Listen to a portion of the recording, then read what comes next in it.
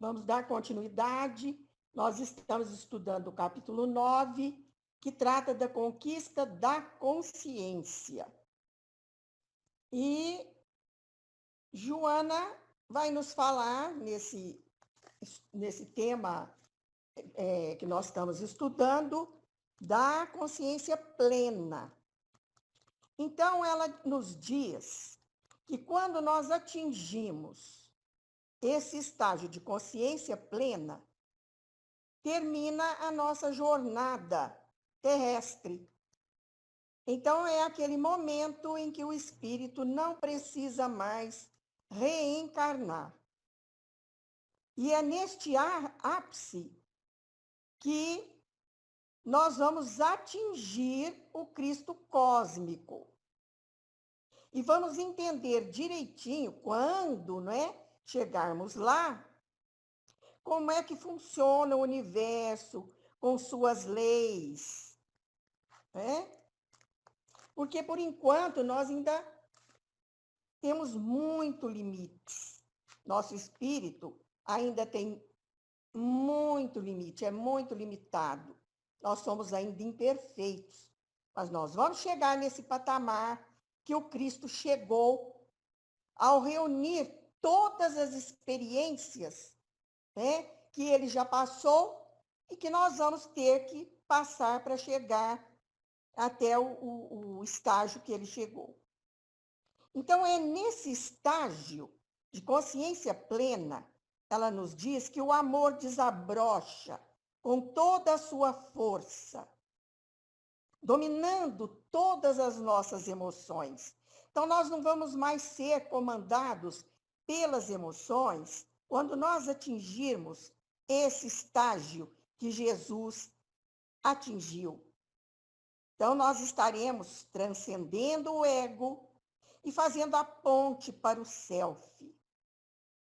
Nós vamos fazer essa ponte conforme sempre nos recomenda Jesus. E isto, então, pode ocorrer quando nós identificamos o Deus que habita em nós, a nossa essência divina.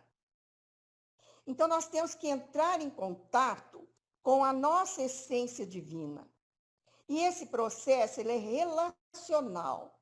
Ele trata tanto da relação conosco mesmos, a maneira como nós nos acolhemos, e também com o próximo. Como é que nós acolhemos o nosso irmão?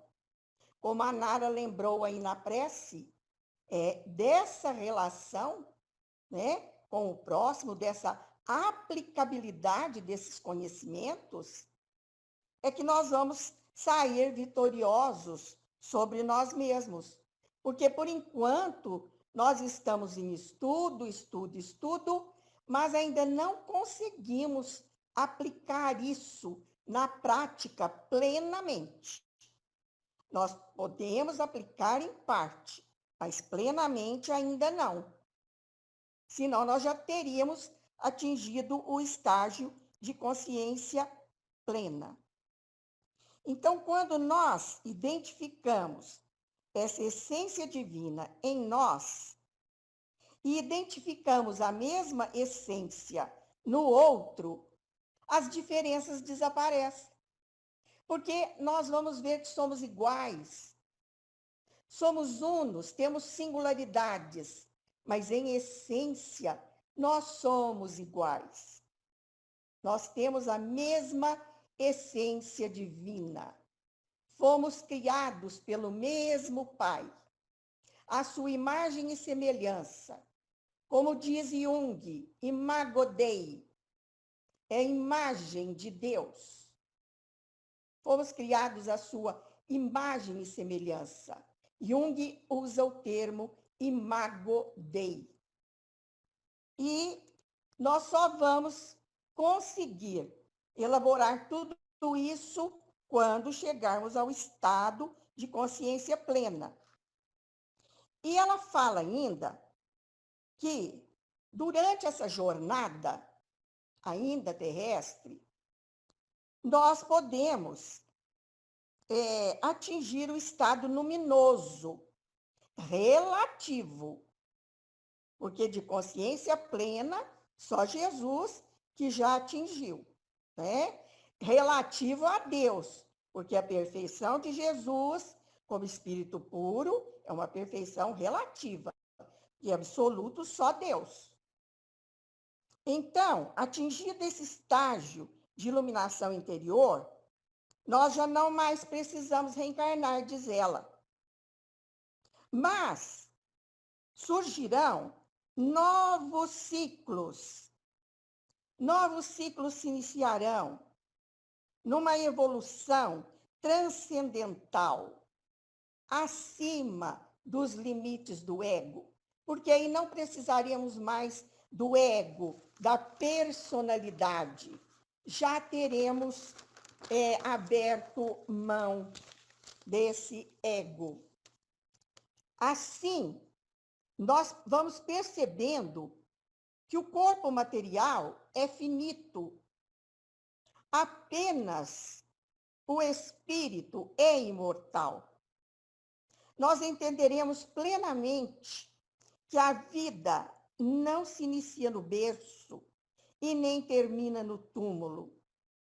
E numa das revistas espíritas, que eu não me lembro agora o nome, Kardec diz que no topo da escala dos espíritos puros estão os espíritos crísticos. Então, a coisa vai infinitamente, se processando infinitamente, né? E ela diz ainda que a nossa consciência objetiva começa a despertar e nós olhamos para o externo, olhamos para o outro. E isso, esse olhar para o outro, esse olhar com a consciência objetiva, nos traz a visão coletiva, a visão do todo, né?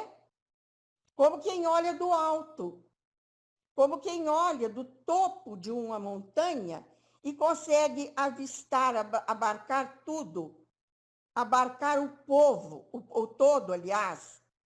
E assim, nós vamos sendo estimulados para conquistar sempre alguma coisa mais nobre, mais virtuosa, e nos liberamos totalmente do ego. E ela diz ainda que é assim que sábios, mestres, cientistas foram se libertando dessas amarras do ego e se transformaram em Budas, Cristos, Mahatmas, taumaturgos, ou seja, médiuns que têm a potencialidade da cura, a capacidade de fazer curas. E assim, o pequeno eu, ou ego, que é perverso, egoísta, vai substituir os vícios por virtudes. Então, aqueles vícios que estavam registrados nos alicerces do passado, quando o cérebro reptiliano ainda estava no comando das nossas ações.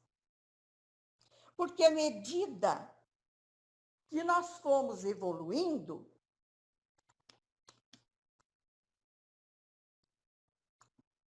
que a espécie, né, humana foi evoluindo, foram surgindo, né, com mais capacidade o cérebro límbico, o neocórtex. Jesus já atingiu toda essa totalidade, já navegou pelo cérebro reptiliano, já passou pelo cérebro límbico do mamífero, já atingiu o neocórtex e já superou tudo isso aí e não precisa mais desse corpo carnal, conservando apenas o corpo perispiritual de forma muito sutil, a ponto de quase se confundir com o espírito. Então, o self, que é o espírito, vai transitando por esses diferentes níveis de consciência, passando por sofrimentos, enfrentando estados de êxtases, passando por demoradas vivências no erro, e vai se transformando lentamente, aos pouquinhos, no seu processo que Jung chama de individuação. Então, Joana cita várias personalidades que atingiram um estágio luminoso, porém relativo, tais como Siddhartha Gautama, Paulo de Tarso, Francisco de Assis, e ela cita muitos outros que saíram do casulo egóico e foram trabalhar em favor da humanidade como um todo.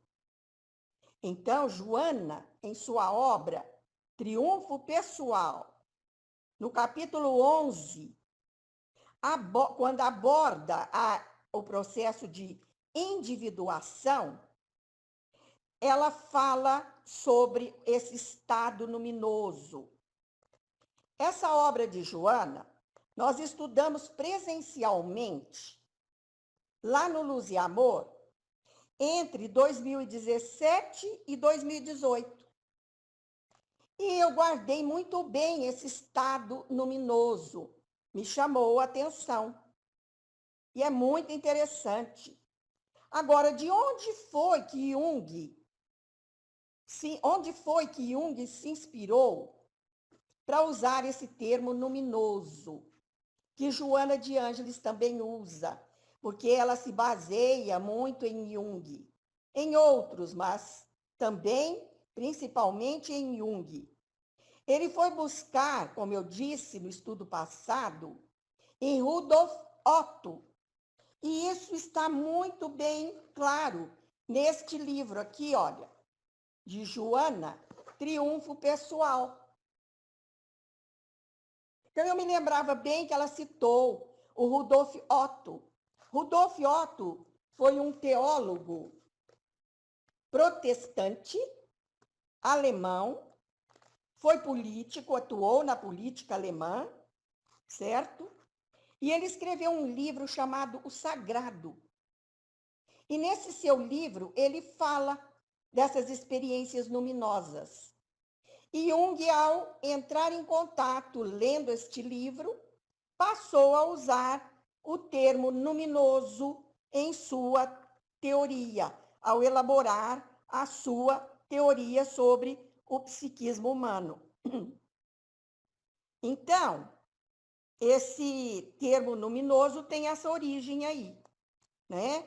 A partir da obra de Otto, Rudolf Otto, no livro O Sagrado.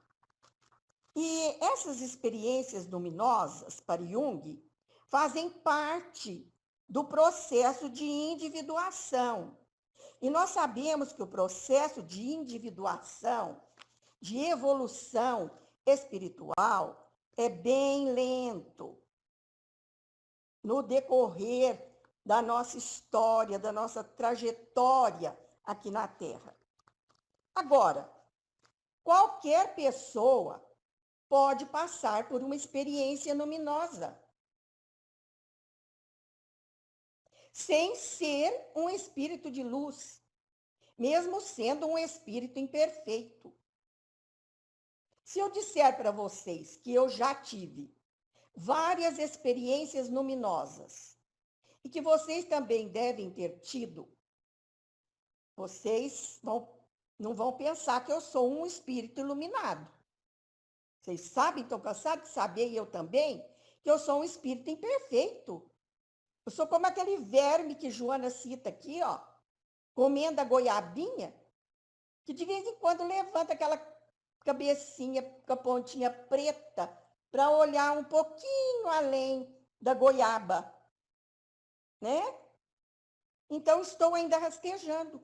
Mas aos 17 anos de idade, muito nova, eu passei por uma experiência luminosa. Eu tive uma experiência de quase morte. Após uma cirurgia, tive uma parada cardíaca e entrei naquele túnel. Quando nem se falava nisso ainda, assim, pelo menos eu não tinha tomado conhecimento. Fui tomar depois, vendo pela televisão uma reportagem sobre essas experiências de quase morte. Já tinha literatura na época sobre, mas não era do meu conhecimento, né? E essas experiências luminosas, elas são irracionais. Elas não perpassam pelo crivo da razão. Você não pensa nelas antes. Simplesmente elas ocorrem. Ao você entrar em contato num lampejo, num insight rápido, passageiro, que não é o caso de Jesus, que ele já incorporou essa experiência luminosa infinitamente, né? Para a sua vida toda. Eu não fiz esse processo, estou muito longe de fazer como verme rastejante. Mas eu tive essa experiência.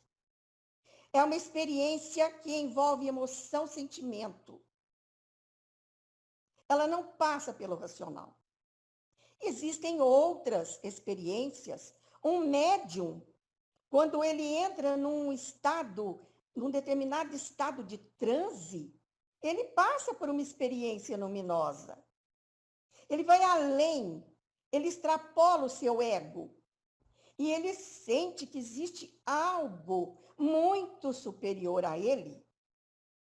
E eu passei por uma outra experiência luminosa, quando, diante da morte do meu marido, ele cai morto diante de mim, minhas filhas ouvem, veem, tremem, gritam diante da cena, eu me abaixo para virá-lo, que ele caiu de face no chão, e eu olhei aquelas duas criaturinhas, tremendo, gritando, e eu me senti envolvida por um manto.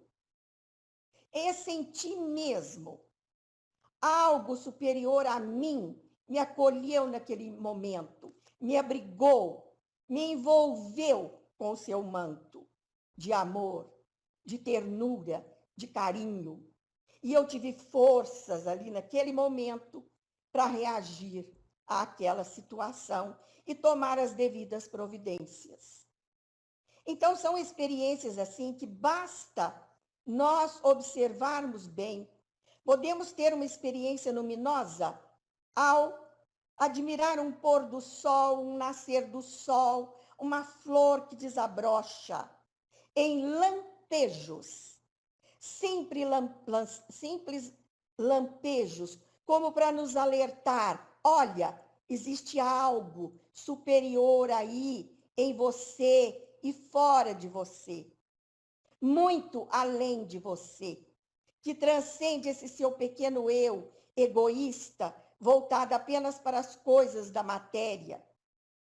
Valorize-se, valorize o seu próximo, valorize as suas amizades. Foi o que aconteceu com Paulo, ao encontrar-se com Jesus no deserto. Paulo passou por uma experiência luminosa. É como se Jesus dissesse para ele: Paulo, olha para dentro de você. Olha o Deus que está aí dentro, Paulo. É o mesmo que está em mim. Nós não temos diferenças, Paulo. Por que me persegues? Se você me persegue com tanto ardor, o que fará quando descobrir que nós temos a mesma essência? E o que você fará então por nós? Olha que maravilha! Essa experiência deixou Paulo baqueado, porque, segundo Jung, a experiência luminosa, ela pode tanto ser transformadora, mas é também uma faca de dois gumes. Ela pode nos levar à iluminação e nos transformar, mas ela pode também nos esquizofrenizar. Paulo quase foi à loucura. Paulo ficou doente. Paulo ficou cego. E depois transformou-se a ponto de não ser identificado nem pelo próprio servo do pai que o recebeu, achando que fosse um mendigo que batia à porta para pedir uma esmola. Então, às vezes, quando a carga é muito grande, a pessoa pode ir à loucura. É o caso de Van Gogh, um médium desequilibrado, cujo ego não suportou toda aquela carga inspiradora que ele recebia e ele acabou enlouquecido, porque ele já tinha um certo desequilíbrio que estava na família também, um desequilíbrio psíquico e também alguma coisa orgânica, porque o irmão dele também morreu louco, né? Van Gogh chegou ao ponto de cortar uma orelha. Então, vejam bem, isso pode ocorrer com qualquer mortal. Mas, perenizar esse estado, eis a questão. Certo, minha gente? Então, é isso aí que eu tinha para trazer para vocês, né? E agora nós vamos começar, vamos continuar, aliás, na página 187, quando Joana de Ângeles, continuando... Opa! Caiu aqui... Não, Ana, não é 187, não. Caiu aqui o celular. 189, não é? Ah, 189, desculpa. Muito boa explicação, viu, Ana? Hã? Muito boa explicação. Ai, tá caindo meu celular. Cata aí, cata aí. Cata aí. Porque eu tô com ele no colo, no suporte aqui improvisado, porque eu tô com as pernas para cima. Então, Joana continua na página 189, nos dizendo assim, que milhares de outros missionários conseguiram insights da consciência plena nos momentos de clímax das suas realizações, quando alguns mergulharam nos seus arcanos e neles permaneceram iluminados. E agora eu passo a palavra para Marlene. Eu já falei sobre isso aí, né? Você já falou sobre isso. Agora eu passo a palavra para outro. Então, vamos lá. O processo natural que faculta a conquista da consciência plena é também feito de avanços na abnegação, no discernimento, no amor e na autodoação. É claro, né? Então, para que se conquiste essa consciência plena, olha aqui, tudo que a vida nos pede, abnegação, discernimento, amor, autodoação, é tudo coisa fácil. A gente não faz porque não dá conta.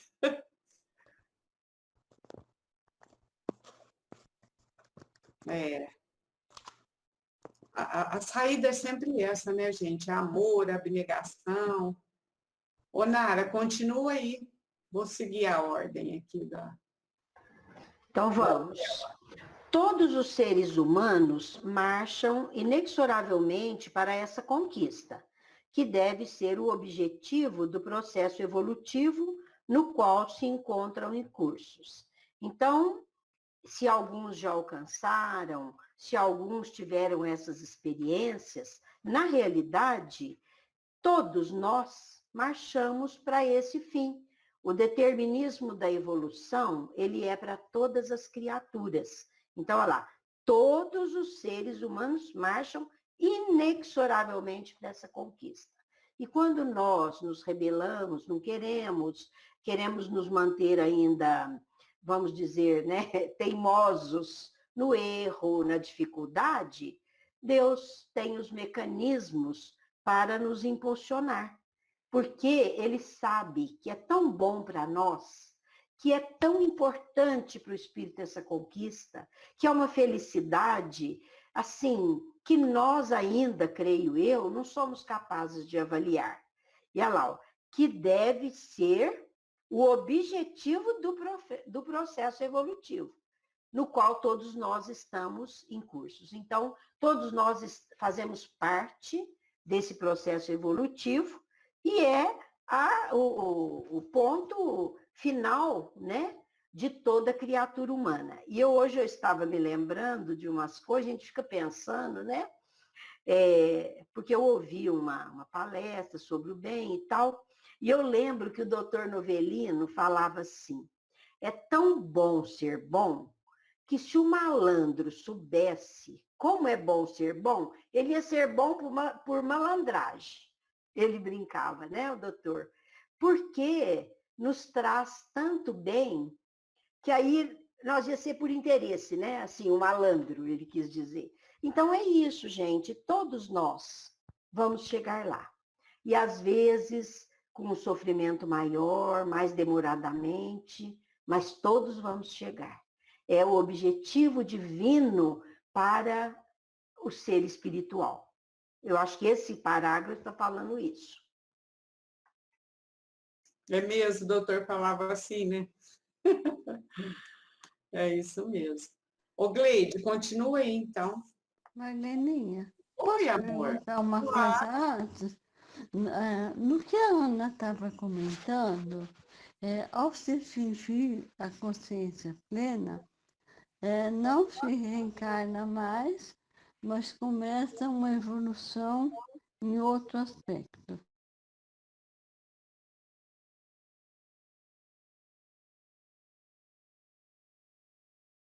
Que essa evolução vai se processar enquanto ainda não conseguiu essa consciência plena. Essa evolução acontece aqui, em outros mundos superiores, em outros mundos superiores, em outros mundos superiores. Aí, então quer dizer que nós estamos muito, muito, muito, muito, muito atrasadinhos, não é? E como, igual a Ana falou, é o bicho da goiaba. Oh, é desanimador, e nós estamos assim, na verdade, se for analisar mesmo, apesar que a gente não sabe se a nossa evolução foi linear aqui na Terra, mas tudo indica, né, que pode ter sido. A gente está começando na adolescência, praticamente. Né? Saímos da caverna, começamos a andar, né? Agora está. Então, quer dizer que a caminhada ainda é longa. É isso mesmo, não é? Entendi que é. Acho que o que você falou da adolescência é isso mesmo. Kardec fala, né, que nós aqui na Terra estamos nesse estágio. Por isso que a gente é rebelde, treteiro. Porque na escala espírita, nós saímos de um mundo primitivo, estamos num mundo transitório, mas ainda de provas e expiações. Realmente. Está num início de transição, que essa transição é muito longa. Uhum. E nós estamos apenas no inicinho dela, no comecinho. Uhum. Certo? Isso para a gente ter uma ideia. Nós estamos no segundo mundo, na classificação de mundos de Kardec. Vai lá no Evangelho dos mundos habitados, Kardec dá lá a escala dos mundos. Mas primitivos. deixa eu dar uma parte. Eu não concordo que a Lucela diz estamos atrasados. Não diz atrasados, não, nesse sentido. A gente Né? não deve se comparar com os outros, mas conosco mesmo. Então, Uhum. é o nosso passo, é a nossa evolução, vamos ser melhores a cada dia, mas não desanimar diante do que nós temos pela frente. Nós temos a eternidade, né? Eu vejo assim. Não Aham. podemos ficar pensando em atraso, porque senão a gente fica muito desgostoso, né? Eu sei, eu não coloquei nesse aspecto. É que assim, de repente, eu tive um insight. Eu entendi aonde eu estou no processo. Entendeu, Deni? Não é nem bom nem ruim, mas é a compreensão dessa, sabe, desse caminhar. Pequenez, dessa pequenez. Até certo ponto é bom porque a gente consegue perceber as nossas limitações, né? Isso, e o E nosso esforço, né? Valorizar é o esforço. isso, quer Estão dizer, nessa caminhada e não estão nem se esforçando. A gente, pelo menos, está se esforçando por é, melhorar. então, Por eu não isso que posso ir Kardec, muito. por isso que Kardec usou o termo imperfeitos. Aham, Não usou o termo espíritos impuros, ele usou o termo imperfeito, Perfeito. em busca da perfeição. isso. Uhum. Está melhor, né? Nem Eu, atrasado. eu acho que a gente entender isso, isso não nos desanima. Mas faz com que a gente tenha mais paciência com a gente mesmo, né? Ó, eu não consigo isso, mas eu tenho que continuar tentando, porque eu ainda estou limitada, né? Eu não Uhum. evoluí, mas vou continuar tentando. Então, meu objetivo será tentar alcançar ou não, né? Eu vou continuar tentando, né? Mas realmente é muito interessante isso. Amei a explicação. É isso mesmo, Lucélia. Acho que a Gleide pode continuar, né, Pode Gleide? continuar? Ó, Uhum. nesse atraente percurso, no qual o erro e a maldade são apenas experiências seletivas para a conquista da sabedoria. Consegue-se a superação das angústias, do vazio existencial e dos sofrimentos, pois que tal é a meta da vida, ocorrendo esse processo lenta e saudavelmente. Aí respondeu a Lucélia, né, Lucélia? Respondeu o que eu queria. Porque o erro e a maldade vai fazendo parte das experiências para o nosso crescimento. Porque realmente é lento e saudável ser lento. Então, esse aspecto de uma mudança de uma hora para outra, ainda para alguns espíritos preparados, como foi citado por Joana de Ângeles. Pode ler os temas da reflexão, Marlene? Já lê, Gleide. Para temas da reflexão, ela sugeriu a pergunta 631. Tem meios o homem de distinguir por si mesmo o que é bem do que é mal? Sim, quando crê em Deus e o quer saber. Deus lhe deu a inteligência para distinguir um do outro. Então, essa é uma reflexão do livro dos Espíritos. Também há uma reflexão Coríntios, Paulo, né, aos Coríntios.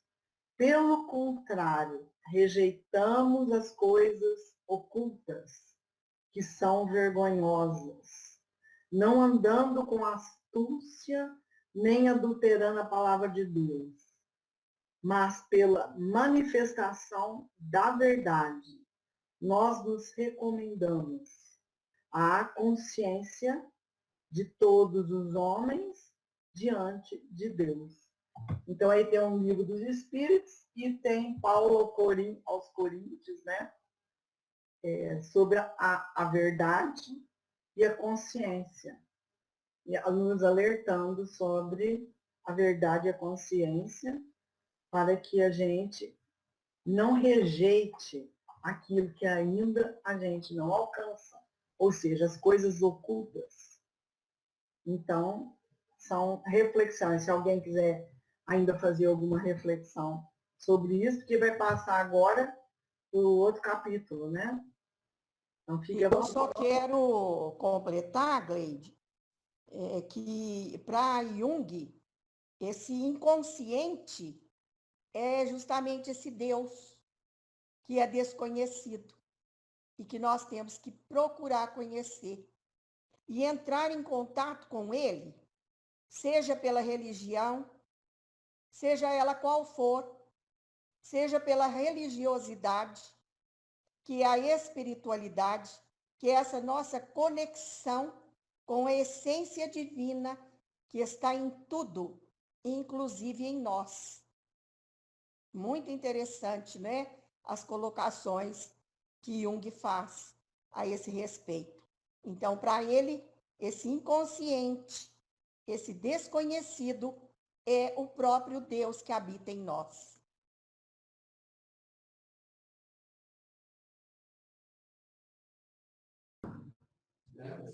Tá doendo aí, Ana?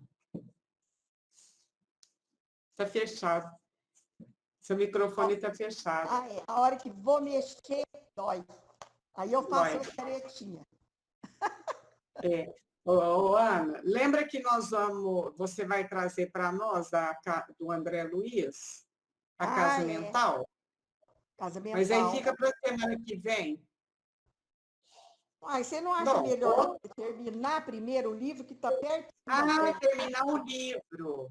Eu achei que fosse esse capítulo. Então, ok, é melhor, né, terminar o livro. Está pertinho, melhor. É verdade. Não interromper. E aí depois a gente estuda, né? Todo mundo estuda a Casa Mental e cada um traz a sua contribuição. E ainda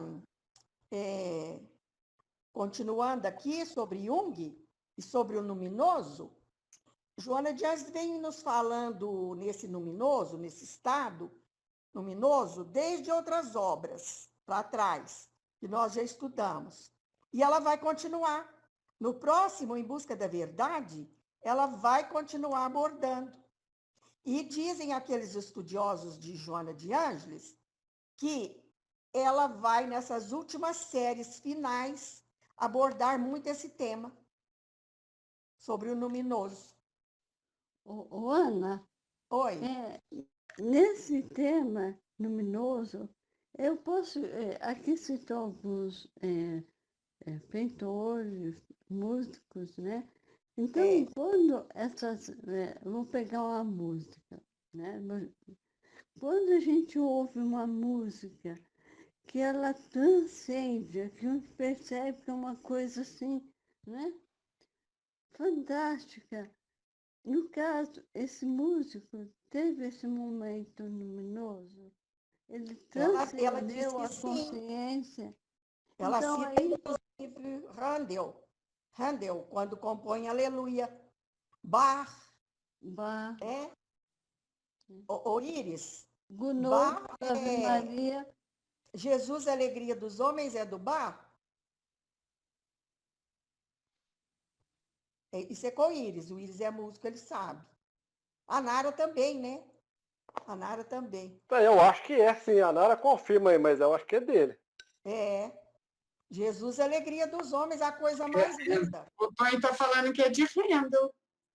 Procura no Google aí, Tonho. Aleluia, Aleluia é de Handel. Mas Jesus, a Alegria dos Homens, é de Bach. Tá. Até a Rosana, o Íris tocou. O Íris, a Rosana não, o Íris tocou no casamento da Ju. Jesus, Alegria dos Homens, é o coral final da cantata. Isso. Bom, então vamos lá, gente? A Ideli, você continua, Ideli? Aí nós estamos começando, né, Em Busca da Iluminação Interior. A iluminação interior, processo de autoiluminação, conquista da iluminação interior o ser humano está fadado à plenitude, ao estado luminoso. Então, a gente vem repetindo aí o estado luminoso, né? Todo o empenho deve ser encetado, a fim de que o processo de autoaprimoramento moral e espiritual dê-se com segurança, sem retrocessos na decisão, nem temor diante dos avanços e das conquistas logradas. Parece que a gente, às vezes, fica um pouco inseguro mesmo, né? Fica nesse vai e vem. Então, é interessante esse comentário aqui, né? Dizer, não ter temor diante dos avanços e das conquistas. Seguir adiante, ter firmeza, ter foco, né? Ultimamente, a gente fala muito em ter foco.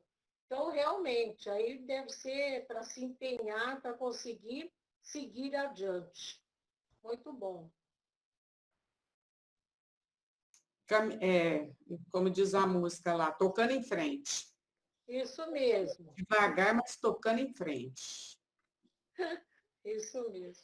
O Iris, não, a Lara não tem o texto. Você tem o texto, Lucélia? Eu tenho, mas será que eu consigo ler? Vou tentar. Consegue, meu amor. Então, vamos lá. Consegue, sim.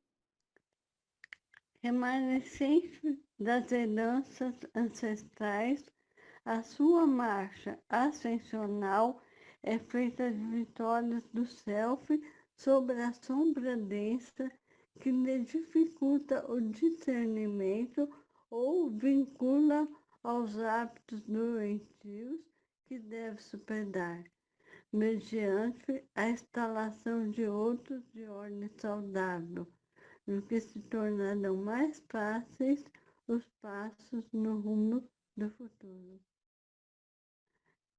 Então, aqui é o que nós já estudamos, né?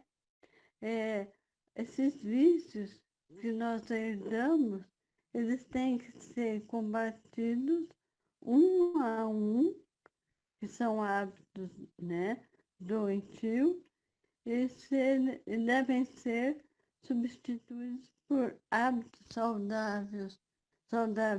É dessa forma que nós vamos conseguir uma vitória sobre o self. Então, é atacado um a um. Vaidade, inveja, ódio. Não é o que nós estudamos. Eu entendi isso. Então, aí, à medida que a gente vai conseguindo essas vitórias, a gente vai chegando mais perto. Né? Isso é paulatino, né? Porque numa encarnação, às vezes eu não consigo vencer um vício, não é? Que eu adquiri, não é?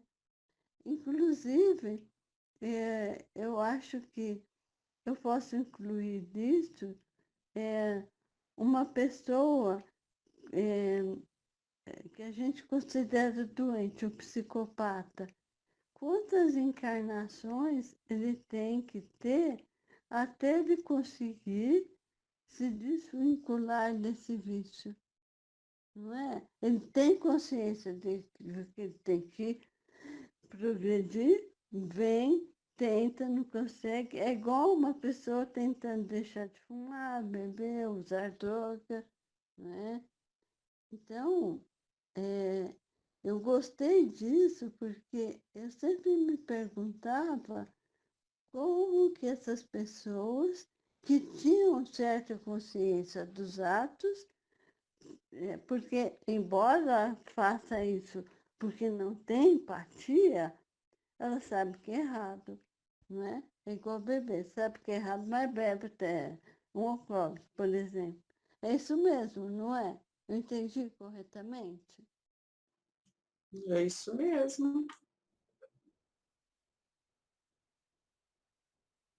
É isso É mesmo. isso mesmo. Opa, pode falar, Marlene. Não, pode falar. É isso mesmo, Lucélia. Nós vamos nos iluminando à medida que nós vamos diluindo. Ela fala lá atrás, nós vamos diluindo o ego, Uhum. A gente não sufoca ele, você entendeu? Porque nós precisamos dele. Ele é um ótimo servo do self. O que nós não podemos deixar é ele ser o Senhor, porque o Senhor é o self.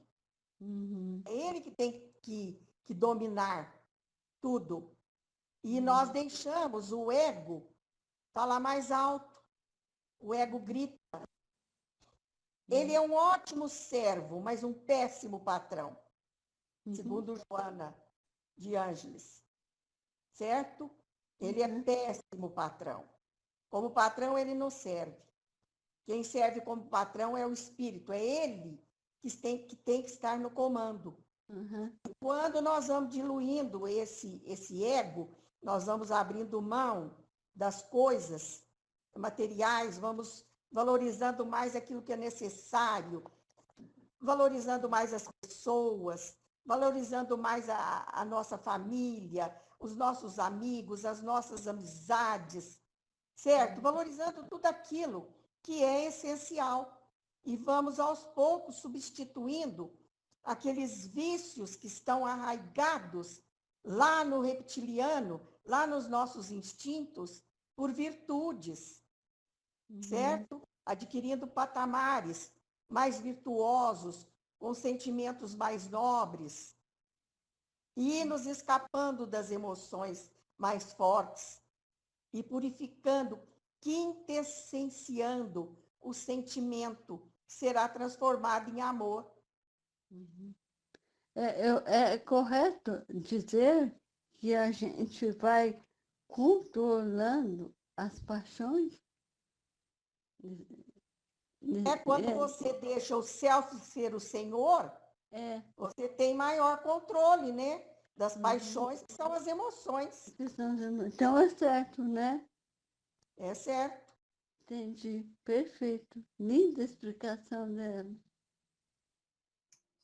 Isso mesmo. Dona Honória, eu não tenho texto, né, Dona Honória? Mas a Nilza tem. Você lê, Nilza? Deixa eu liberar. Vou liberar aqui, liberei. Tá bom, Nilza. Aqui, né? Profundamente vinculado a Deus, de quem procede, já foi possível nele identificar-se um gene específico encarregado da crença no soberano genitor. Quer dizer que nesse estágio, né, enquanto já no domínio de si mesmo, a nossa percepção de Deus é muito mais próxima, né, na sua essência, ao identificar-se um gene específico encarregado da crença do soberano genitor. É a compreensão, não poderia assim, se dizer máxima, né, da divina, né? Porque nós, né, nessa condição nossa ainda, nós nem imaginamos, não compreendemos Deus de forma nenhuma, né? Nós temos algumas noções, porque para isso nos falta, como fala os espíritos, Allan Kardec, que nos falta sentido ainda nesse estágio. Mas aqui, ó, quando já num estágio mais evolutivo, né, a gente está evoluído, vai compreender, né, essa essência divina. É muito importante, assim, é gratificante a gente saber que a gente está a caminho nessa situação, né? É muito importante, assim, eu acho. Isso é muito bom já, né, Nilza? Marlene, Fala, Nara. eu fico pensando, não sei se estou certa, que assim, quando ele fala ali, né, já foi possível nele identificar-se um gene específico. Lembra aquelas experiências que eles fazem de encontrar nos exames, aquele doutor Sérgio Felipe. Sérgio Felipe, aquele grupo da medicina espírita lá, né? Que estão fazendo esse trabalho, eles falam que quando a pessoa faz alguns exames, ilumina-se o córtex, né, cerebral, e quando a pessoa está em oração, tem muitas pesquisas nesse ponto. Eu entendi que esse procurando, né, o Deus interior na criatura. Então, mas aqui esse gene específico, eu chego a pensar, não sei também se isso é certo, que Deus colocou em nós todos os germes da perfeição. Então, quando Jesus fala, sois deuses, quer dizer, está impregnado em nós essa capacidade de desenvolver esses germes para um dia a gente ter essa luz, essa iluminação, esse estado, né, espiritual grandioso e perfeito e tudo mais, que vai se expressar. Mas eu fico pensando que esse gene específico é o germe divino do Deus em nós. Por isso que Jesus falou, sois deuses, né? Quer dizer, nós temos todas as capacidades para amanhã adquirirmos essa perfeição, basta a nossa conquista evolutiva, né? O nosso aprendizado, melhoria, etc., que é o conjunto aí de coisas. E aí é onde que é, igual ela falou, a Neuza, nós vamos nos identificar com Deus.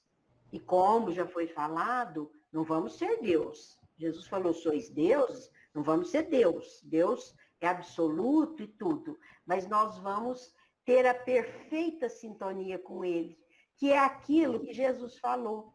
Eu e meu Pai somos um. E os judeus queriam, ou até fizeram isso, né? Condenaram Jesus por uma blasfêmia. Mas o que ele queria dizer é isso, ele estava plenamente identificado com a vontade do Pai na sua vida. Então, é esse Deus que nós vamos descobrir em nós e conquistar mais, né? Eu acho que esse gênio é uma coisa que está lá dentro de nós, viu? No espírito, sei lá. Mas aí vamos aprendendo, né, gente? Porque existe uma genética espiritual, né? O Dr. Jorge Andréia, no seu livro Psiquismo, Fonte da Vida, fala dessa genética espiritual aí. E tem um psicólogo, que eu já citei para vocês, que também passou pela mesma experiência de Viktor Frankl, em campo de concentração, né? Ele fala também nessa genética espiritual. E na obra dele, ele chama Leopold Zond. Ele não é muito conhecido no Brasil, mas ele fala nessa genética espiritual aí. Ele diz o seguinte, ele se baseia no mito de Caim e Abel, que ele buscou para elaborar a teoria dele. Então, ele fala que esse espírito fratricida, né, que o ser humano tem, esse espírito bélico, irmão matando irmão, vem lá de Abel e Caim, numa genética espiritual. É lógico que ele está usando isso como figura, como metáfora, como mito, né? Para dizer que nós temos uma genética espiritual, é uma bagagem que nós trazemos de outras vidas. Mas ele diz o seguinte na obra dele, que nós temos essa essência divina, essa genética dentro de nós. Porque se puxar uma pontinha lá do Caim, vai sair um Abel. Olha que interessante. Então, é muito bonito isso. Isso fala da essência divina que existe em nós e que Freud não acreditava. Freud achava que a nossa essência era má, que o homem é lobo do homem. Ah, se Freud tivesse lido a obra de Kardec, ele teria tido uma outra visão, né? Então, por isso que surgiram as outras psicologias. Se a gente for estudar a história da psicologia, a gente vê que a própria psicologia vai evoluindo até chegar nessa psicologia transpessoal consciencial de Joana de Ângeles, que é o despertar da consciência plena, em que nós vamos nos iluminando aos poucos. Então, é muito interessante, por isso que eu passei isso aí para vocês, porque a obra de Zonde, a teoria de Zonde, vem completar isso aí. Por causa disso, gostaria que vocês, sim, me dessem um parecer. O que eu entendi aqui nesse trecho, achei profundo, quando fala que o gene específico encarregado da crença, um gene específico encarregado da crença em Deus, né, no soberano genitor. Se nós temos um gene específico encarregado da crença, vocês acham que, nesse ponto, nós tem pessoas que acreditam mais e menos em Deus? Esse gene específico está em todos.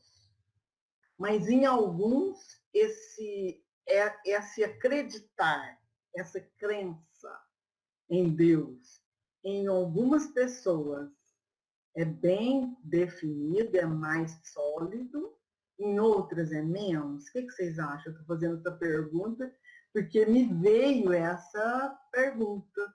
Se é um gene específico carregado de crença em Deus, será que isso aí faz com que algumas pessoas acreditam mais e outras menos? Ou nós somos todos iguais na crença em Deus? Não foi desenvolvido ou não? O que vocês acham? Isso aí Tem até ateu, Gleide, que não acredita em Deus. Mas é porque o gene ainda não desabrochou. Não quer dizer que ele não vai chegar lá. Ele vai desabrochar. Exatamente. O nome fala, é gene, né? É espiritual, né? É a genética espiritual. Vai desabrochar, vai chegar a hora. Todos vão chegar nesse estágio. E vocês acham que cabe a nós acionar essa crença? Nós que acionamos pela nossa vontade, pelas potências do Espírito, ou já é uma dádiva? De todo jeito, todo mundo vai despertar de alguma forma, querendo ou não? Eu acho A que ideia de Deus no homem é sentimento. Está lá em Kardec.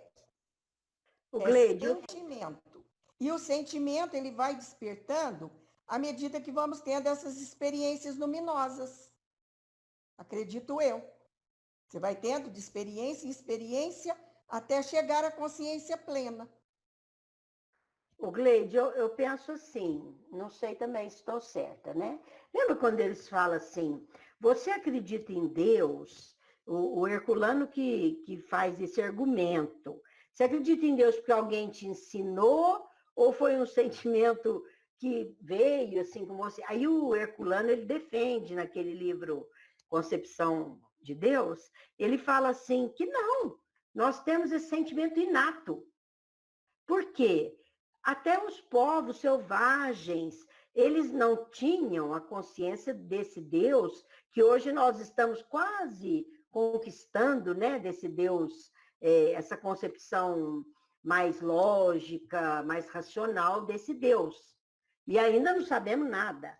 Mas eles, dentro da crença deles, eles tinham essa concepção, assim, ou acreditavam em muitos deuses, mas acreditavam em algo superior. E ele defende que é a ideia inata de Deus.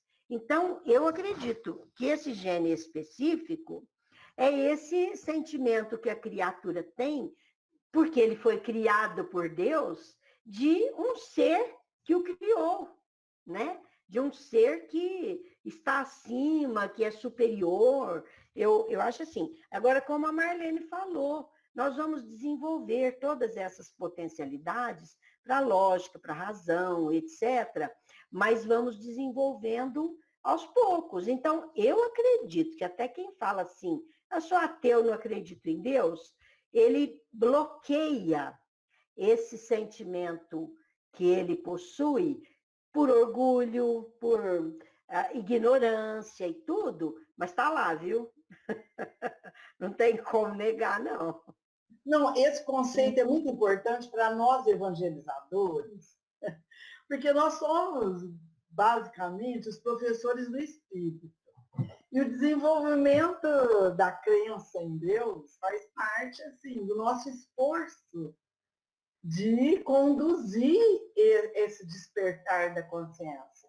Esse despertar da consciência de pai, né? O pai genitor, que aqui está falando, soberano genitor.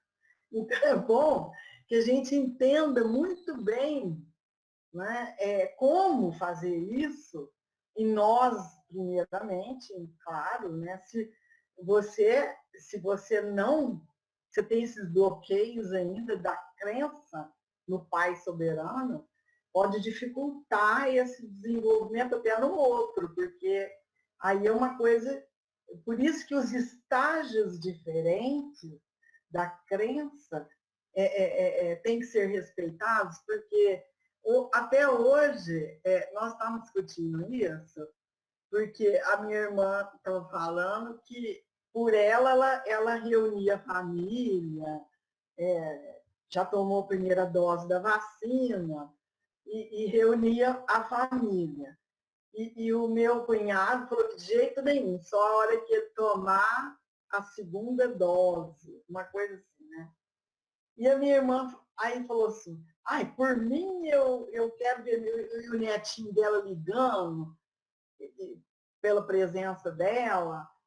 Aí nós começamos a conversar, aí eu falei para ela, mas a questão de crença precisa respeitar muito, porque você tem uma crença tão assim, não vai me acontecer nada, uma coisa positiva, e você até enfrenta, como diz, encontrar-se com os familiares, arriscando a perder a vida, arriscando a pegar uma doença, e o outro não consegue. Então, tem que respeitar. Então, por isso que eu estou falando dos diferentes níveis de entendimento, de crença em Deus. Isso é muito importante os evangelizadores terem essa noção, porque às vezes a pessoa acredita tal, e ela acha que o outro tem que acreditar igualzinho, e não é, tem que respeitar, né?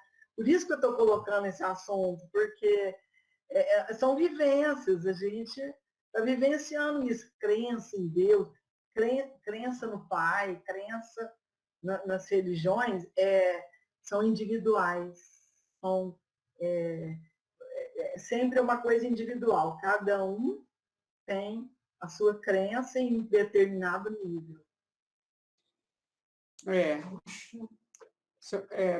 Ana, seu microfone está fechado. Já é 16h05. Nós vamos terminar.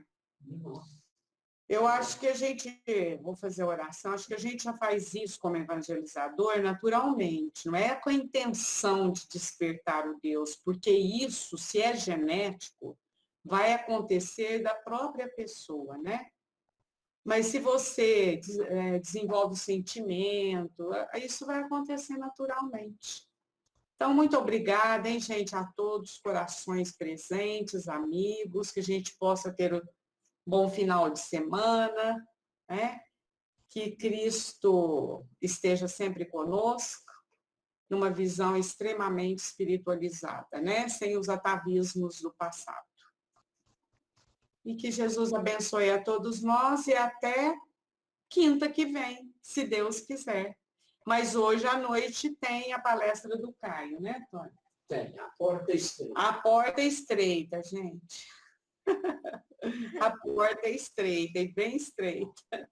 Um beijo para vocês, gente. Tchau, gente. Tchau, pessoal.